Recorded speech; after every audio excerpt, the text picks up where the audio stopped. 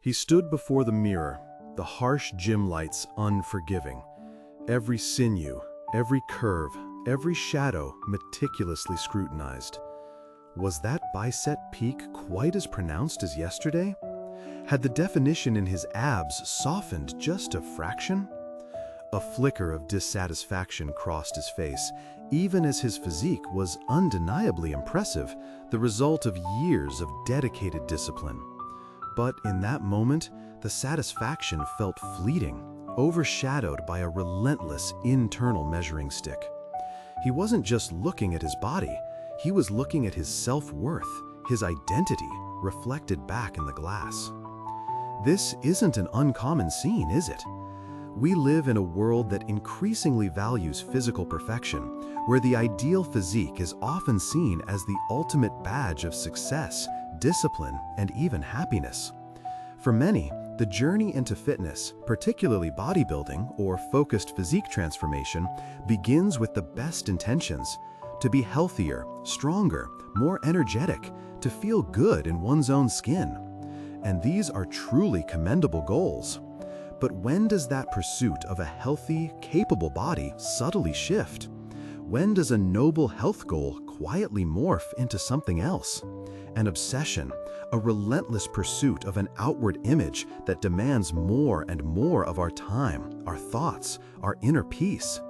When does the body, this incredible vessel we've been given, transform from a temple we steward into an idol we serve? This is the heart of what we want to explore today, with the guiding light of ancient wisdom. The path to fitness often starts with genuine self-improvement.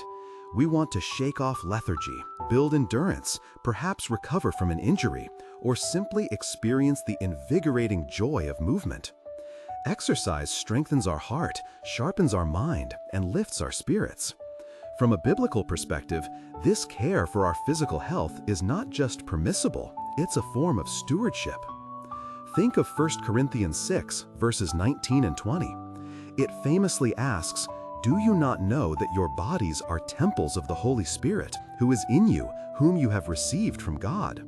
You are not your own. You were bought at a price. Therefore, honor God with your bodies."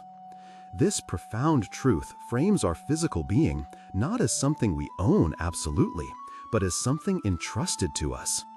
Our bodies are sacred vessels meant to house the divine. To care for them, to nourish them, to keep them strong and healthy is indeed a way to honor our Creator. It's an act of gratitude, a practical expression of faith. However, the very discipline that leads to positive health outcomes can, for some, become a subtle trap. The quest for optimal performance or a perfect aesthetic can blur the lines. What began as a desire for strength or health can become an insatiable hunger for external validation, for a certain number on the scale, a specific body fat percentage, or the admiring gaze of others. This is where fitness can begin its slow, often unnoticed drift from being a healthy pursuit to a project rooted in vanity. Consider the distinction. When our motivation shifts from being healthy to looking a certain way, when our self-worth becomes inextricably tied to our physical appearance, we're stepping onto dangerous ground. We start to see our body not as a gift to be stewarded, but a monument to be constructed, an offering to our own ego. The mirror becomes a judge, dictating our mood, our self-perception, our day. Food becomes merely fuel, often restrictive, rather than nourishment to be enjoyed.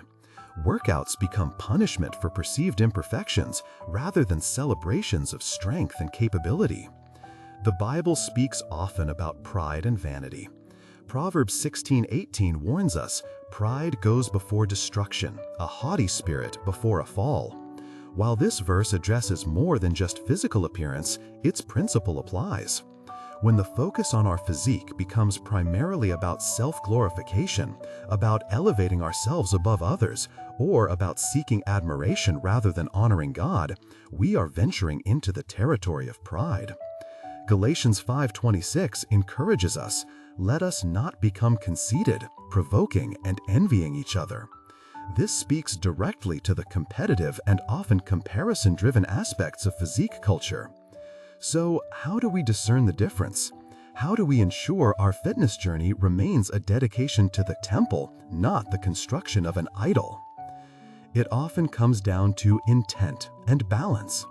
Why are we truly doing this? Is it to feel strong so we can serve others, or simply to feel superior? Is it to maintain energy for our responsibilities, or to command attention?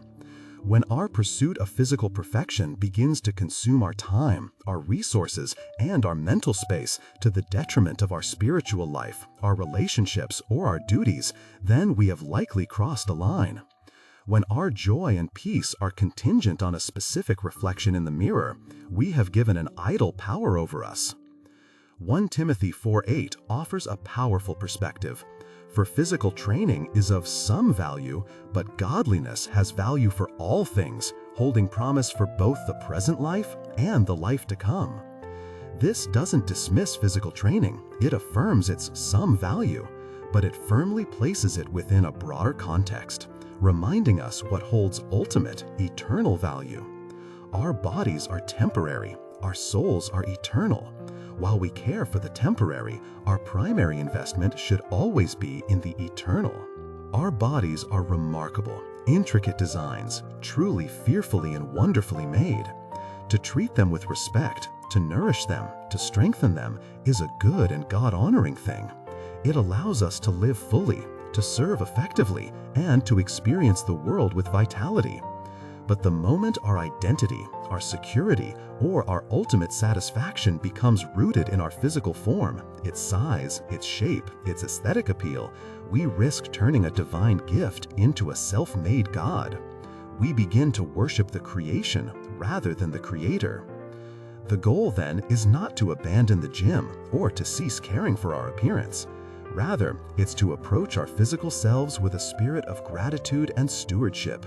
To ask ourselves, am I tending to this temple with care as a home for God's Spirit, or am I striving to sculpt an idol for my own ego? Am I seeking health and strength for a greater purpose, or am I endlessly chasing an elusive ideal that will never truly satisfy? Let us strive for a holistic well-being, physical, mental, and spiritual, where our dedication to our bodies is an act of worship, an expression of gratitude, and a means to live out our purpose, not an end in itself. Our true worth, after all, is not found in the fleeting glance of a mirror, but in the enduring love of our Creator. I'd love to hear your thoughts on this. How do you navigate the balance between caring for your physical health and avoiding the pitfalls of vanity? Share your perspectives in the comments below, and let's continue this conversation. Thank you for joining me today.